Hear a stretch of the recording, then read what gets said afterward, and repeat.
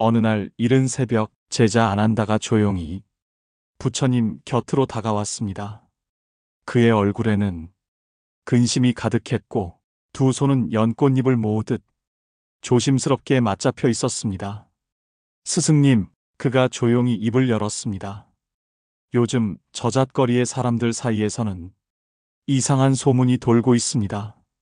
어떤 이들은 갑작스레 큰 재물을 얻었고 어떤 이들은 이유도 없이 가진 것을 모두 잃었다고 합니다. 저는 궁금합니다. 어찌하여 어떤 이들은 갑자기 복이 오고 어떤 이들은 노력해도 그 재물이 스르르 빠져나가는 것입니까? 재물에도 업이 작용하는 것입니까? 부처님은 미소 지으며 아난다의 눈을 바라보았습니다. 그리고 말했습니다. 아난다여, 재물은 물과 같아 정해진 그릇에 담긴다. 복 있는 자는 그릇이 크고 단단하니 재물이 오래 머무르지만 복 없는 자는 그릇이 얇고 금가 있으니 그 재물이 오래 머물지 못하느니라. 하지만 그릇은 타고나는 것이 아니라 지금 이 순간 그대의 마음과 행으로 빚는 것이니라. 아난다는 고개를 숙이며 물었습니다. 그렇다면 스승님, 재물의 기운이 바뀔 때는 어떤 징조가 있습니까? 무언가 변화가 있다면 저희는 그것을 알아차릴 수 있습니까? 부처님은 고요한 산의 바람처럼 부드럽게 대답하셨습니다. 있느니라 아난다.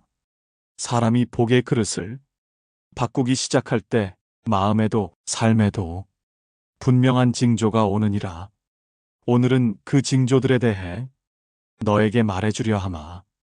부처님은 작은 나무 아래 자리를 잡고 앉으셨고 제자들은 조용히 그 곁에 둘러 앉았습니다. 이야기는 그렇게 시작되었습니다. 첫 번째 징조, 작은 이익을 귀하게 여길 때 복의 문이 열린다. 부처님께서 말씀하셨습니다. 사람이 사소한 이익을 무시하지 않고 작은 재물을 감사히 여기기 시작할 때 그의 마음은 이미 큰 복을 맞을 준비를 하고 있는 것이니라. 재물은 크기보다 태도를 따라 흐르느니라. 작은 동전 하나에도 감사합니다 하고 작은 쌀 한 톨에도 귀합니다 라고 마음을 전한다면 그 마음은 이미 복을 부르는 향기를 풍기고 있느니라. 부처님은 제자들에게 예를 들어 설명하셨습니다. 한 상인이 있었습니다. 그는 처음엔 구두 한 켤레를 팔고도 고개를 숙이며 인사했습니다. 하지만 돈이 조금씩 모이고 장사가 번창하자 그 감사의 인사는 사라지고 작은 손님에게는 무시로 일관했습니다. 얼마 지나지 않아 그의 가게는 점점 기운이 사라졌고 그의 얼굴도 어두워졌습니다. 작은 복을 가볍게 여기는 자는 큰 복도 감당하지 못하느니라. 두 번째 징조, 쓴소리를 귀하게 여길 때 재물의 길이 열린다. 부처님께서는 말씀하셨습니다. 사람이 자신의 허물을 알아차릴 때 그 마음이 정직하고 투명해지며 그 투명한 마음은 재물의 기운을 끌어들이느니라. 가장 큰 복은 나를 바로 볼 줄 아는 용기에서 시작되느니라. 제자 아난다는 이 말씀을 듣고 고개를 끄덕였습니다. 스승님, 하지만 대부분의 사람들은 자신을 비판하는 소리를 싫어합니다. 부처님은 말했습니다. 그렇기에 재물의 복을 놓치고 사는 것이니라. 쓴소리는 마음을 다듬는 거울이요 허물을 씻는 물이니라. 그 물로 마음을 자주 씻는 이는 탐욕도 교만도 씻겨나가고 맑은 복의 기운이 머무르게 되느니라. 세 번째 징조, 베풀기 시작할 때 그릇이 커진다. 부처님께서 말씀하셨습니다. 남의 것을 탐내는 자는 그릇을 깨뜨리고 자기의 것을 나누는 자는 그릇을 키우느니라. 재물은 움켜쥔다고 모이지 않는다. 오히려 손바닥을 펼칠 때 복은 하늘에서 흘러들어오느니라. 한 부자가 있었습니다. 그는 돈을 벌기 위해 밤낮 없이 노력했지만 늘 마음이 불안하고 꿈이 뒤숭숭했습니다.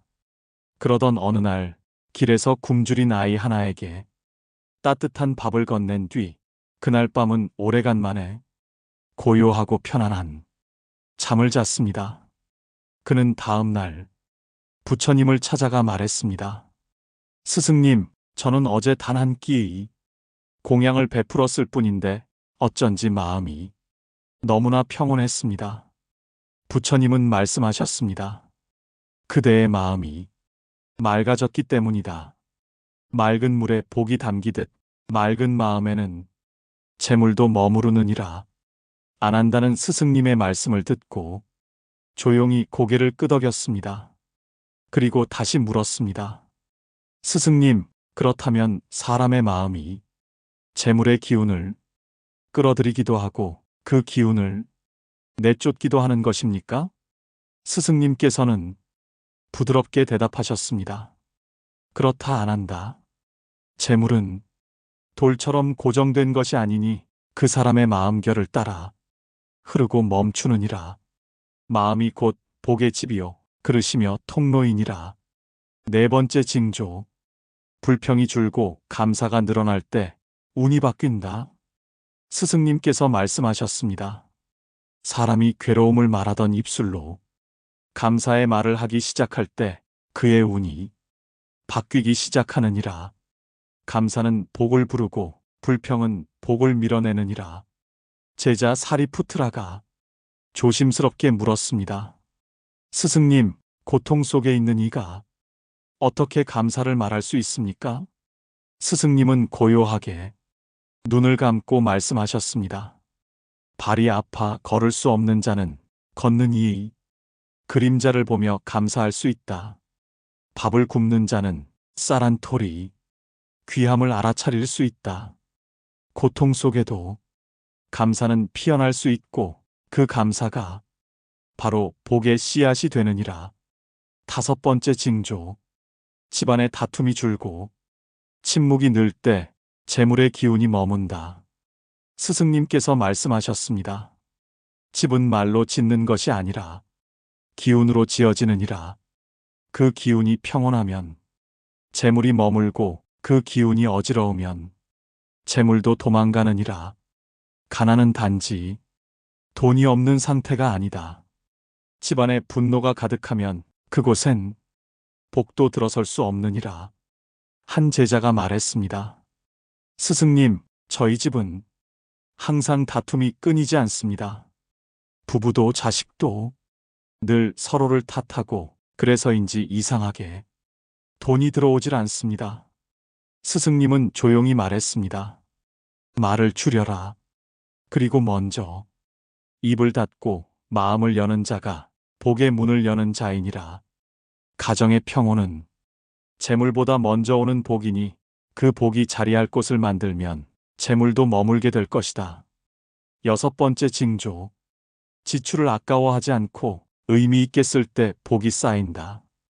스승님께서 말씀하셨습니다. 돈은 모으는 것도 중요하지만 어디에 쓰느냐가 그 사람의 복을 결정하느니라. 어리석은 자는 쓸 때 아까워하고 지혜로운 자는 쓸 때 기도하느니라. 이 돈이 좋은 일에 쓰이기를, 이 지출이 누군가의 웃음이 되기를. 그렇게 돈을 보낼 때 그 돈은 돌고 돌아 다시 복으로 돌아오느니라. 스승님은 한 상인의 이야기를 들려주셨습니다. 그는 손해를 두려워해 늘 돈을 움켜쥐고 살았지만 몸은 병들고 얼굴은 어두워졌습니다. 그러던 어느 날 길가에 쓰러진 노인을 돕고 약값을 대신 치른 뒤 이상하게 장사가 활기를 띠기 시작했습니다. 돈은 지갑에 머무는 것이 아니라 사람의 마음에 머무느니라. 그 마음이 맑고 자비로우면 재물도 길을 잃지 않고 돌아오느니라. 일곱 번째 징조. 우연처럼 다가오는 기회가 찾아진다. 스승님께서 말씀하셨습니다. 복이 깃들기 시작하면 그 사람에게 이상한 우연들이 찾아오느니라. 필요한 사람이 나타나고 닫혀있던 문이 열리며 전혀 생각지 못했던 기회가 눈앞에 펼쳐지느니라. 하지만 이것은 단지 운이 아니라 그대가 쌓아온 복이 열어주는 문이니라. 우연처럼 보이지만 그것은 이미 오래전부터 다가오던 복의 발자국이었느니라.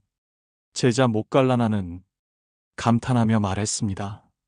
스승님, 복이 다가올 때는 마음이 먼저 그걸 알아차릴 수 있습니까? 스승님은 말했습니다. 그렇다. 복이 다가오면 마음이 먼저 가벼워지고 호흡이 깊어지며 눈빛이 맑아지느니라. 기회는 복된 마음의 기운을 따라다니는 것이다. 8번째 징조. 내 것이 아닌 것을 쉽게 놓을 수 있을 때 복이 들어온다. 스승님께서 제자들을 둘러보며 말씀하셨습니다. 남의 것을 탐하지 말고 내 것이 아닌 것을 미련 없이 놓을 수 있다면 그 사람은 이미 복을 맞을 준비가 되어 있느니라. 탐욕은 복을 막고 집착은 복을 두려워하느니라. 오히려 내려놓는 그 순간 복은 그대의 빈 자리를 향해 조용히 다가오느니라. 제자 라훌라는 조심스럽게 물었습니다. 스승님, 사람들은 종종 잃는 것을 두려워합니다. 욕심을 버리면 가진 것도 잃을까봐 불안해합니다. 스승님께서는 따스한 눈빛으로 대답하셨습니다. 복은 움켜쥔다고 해서 지켜지는 것이 아니다. 진정한 재물은 움켜쥔 손이 아니라 공손히 내미는 손에 머무느니라. 욕심을 놓을수록 복은 맑아지고 소유를 비울수록 인연은 충만해지느니라. 9번째 징조. 가난한 이와 나눌 수 있는 마음이 생길 때 복이 열린다. 스승님께서는 말씀하셨습니다. 그대가 가진 것이 적다 해도 그 적음 속에서도 나눌 수 있는 마음이 있다면 그대는 이미 부자이니라. 나눔은 금전의 문제가 아니라 마음의 넓이에서 비롯되느니라. 제자 아난다가 물었습니다. 스승님, 가진 것이 없을 때조차도 나누어야 합니까? 스승님은 고요히 대답하셨습니다. 오히려 가진 것이 없을 때 베푸는 나눔이 가장 순수한 공덕이 되느니라. 한 줌의 쌀이라도 한 모금의 물이라도 그 마음이 자비라면 그건 무한한 복이 된다. 복은 나누는 자에게서 피어나고 베푸는 손에서 되돌아오느니라. 10번째 징조. 묵묵히 하는 일이 때를 맞이할 때 복이 열린다. 스승님께서 말씀하셨습니다. 재물의 기운은 바람과 같아서 준비된 이 문을 두드리느니라. 그대가 성실히 다져온 삶이 있다면 때는 반드시 온다. 단지 그때가 늦게 올 뿐 늦게 온다고 하여 헛된 것은 아니니라. 제자 우파리는 질문했습니다. 스승님, 왜 어떤 이는 노력해도 복이 늦게 옵니까? 스승님은 빙그레 웃으며 대답하셨습니다. 그대는 씨앗을 심자마자 꽃이 피기를 바라느냐? 어떤 복은 긴 겨울을 지나고 깊은 뿌리를 내린 뒤에야 피어난다. 묵묵히 해온 모든 일들이 때가 되면 빛이 되고 재물이 되느니라. 그때를 믿고 걷는 자는 복의 문 앞에서 멈추지 않느니라. 그날 밤 한 제자가 스승님 앞에 조용히 무릎을 꿇었습니다.